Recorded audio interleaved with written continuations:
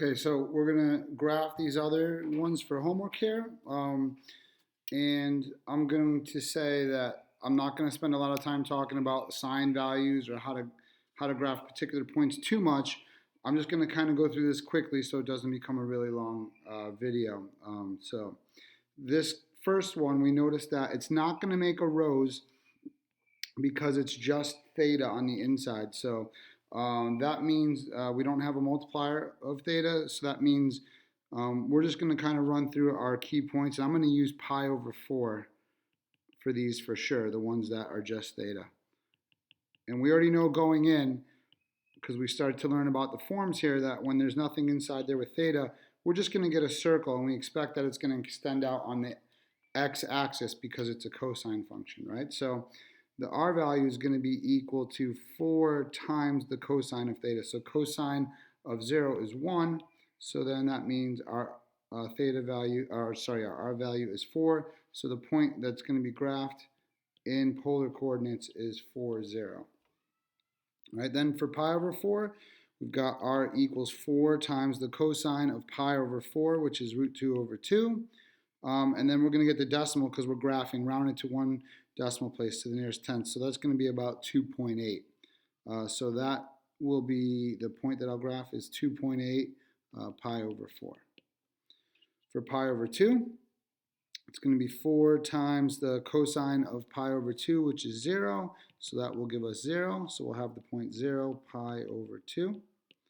For 3 pi over 4, we're going to get r equals 4 times the cosine of 3 pi over 4, which is negative root 2 over 2. And that's going to be approximately that negative 2.8 value. So we're going to have negative 2.8, 3 pi over 4. And then for pi, it's going to be 4 times the cosine of pi, which is negative 1. So we get negative 4. We get pi.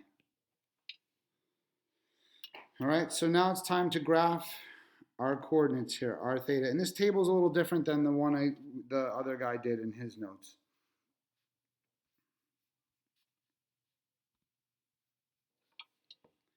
All right, so let's get these graphed.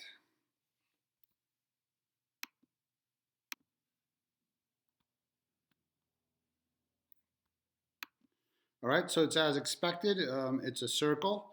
I mean, mine's not a great circle, but it's supposed to be a circle.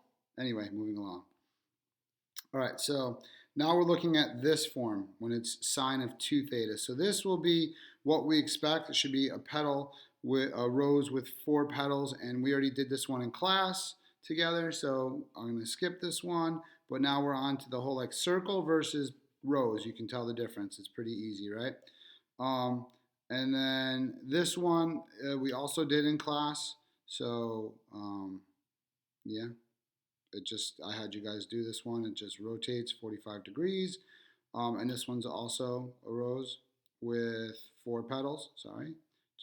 Sorry that I'm scrolling back and forth. And then we're going to do these other ones. I decided I was going to do these last. They're actually the easiest ones. But they're so easy that if I show them first, it could almost be confusing. So let's see how these work. Like let's say I go 0 and pi over 4 and pi over 2, and I'm going to kind of stop there so we can see what happens. This would be a constant equation, just like when we have like y equals 3 is a constant equation. We know that the graph of it is right here. It's a horizontal line at 3 because any x value I plug in, if I made a table, right? If I plugged in a 1, I'd get a 3. If I plugged in a 2, I'd get a 3.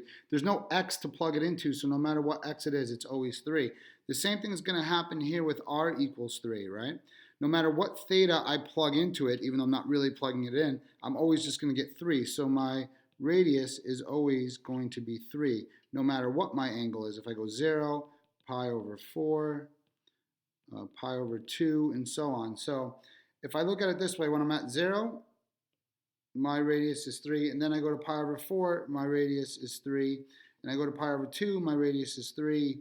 And so on and so forth. And I keep doing it. Actually, any angle, no matter what I choose.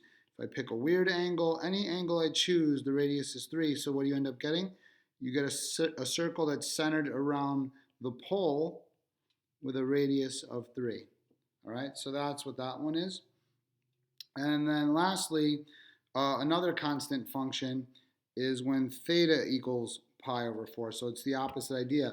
No matter, so your theta always has to be pi over 4. So you can't change it, right? So all of these have to be pi over 4. And if I were to plug a radius into that, right, I could plug in any radius I want. I'm always going to get sort of the same thing. So what happens is this. For the angle is always pi over 4. The radius can be anything it wants. So like I could go with a 0 radius, a 1, a 1.5, a root 2 radius. I can go with a negative 3 radius. It doesn't matter. I'm on the pi over 4 kind of angle here. And if I plot these points, all different radii lengths, and if I do them in the negative direction as well, they all just kind of stay on that line. So these make a line on whatever angle this is. That's what that constant function makes. Here I attached a summary of all of these for you. So we see the form theta equals a number, it makes a line. R equals a number makes a circle centered around the origin with that radius. These make circles extending out on the x and y axis with a diameter of a. These make roses, and when the number's odd, you get the exact same number of petals. There's like a little retracing going on. And then these make roses with double the amount of petals, and we're looking at the inside there. So if it's 2, if it's even, it's double the amount of petals, and A is going to be how long those petals are. See that? 6-minute video.